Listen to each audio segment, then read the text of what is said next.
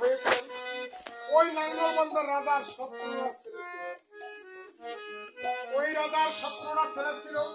17টা ছেলে কাইটা 17টা গাতলায় দিয়েছিল।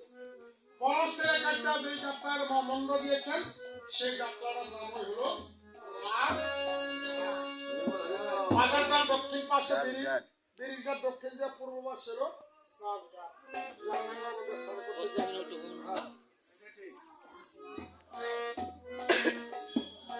তাইলে তুমি রাজঘাটেতে রস স্থাপন করো। এই স্বর্গে যাবে আর এই মুহূর্তে তুমি দেখতে পাবে রাজঘাটেতে ভগবতী রস স্থাপন করলেন। মহাদেবের শরীরে এমন একটা রূপ আনলেন যাকে বলা হয় পুষ্পদেবী। পুষ্পদেবী তার শরীরে আনলেন।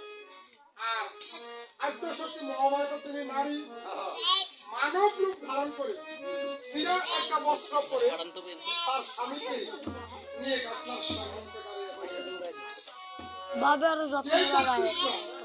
যে যাত্রীটা স্নান করে উপরের দিকে উঠতে আসে সেই যাত্রী করে বলছে ওগো মা ওগো বাবা তোমরা ধরে যদি আমার এই স্বামীর শান্তা করে যে পারো তাহলে আমার স্বামীর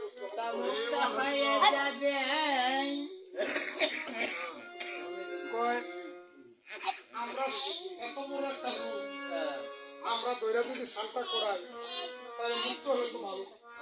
ধরতে যখন আসছেন আমার একটা কি কথা তোমাদের দেহে যদি পাপ তাহলে পাপ দেহে আমার স্বামীকে ধরো না।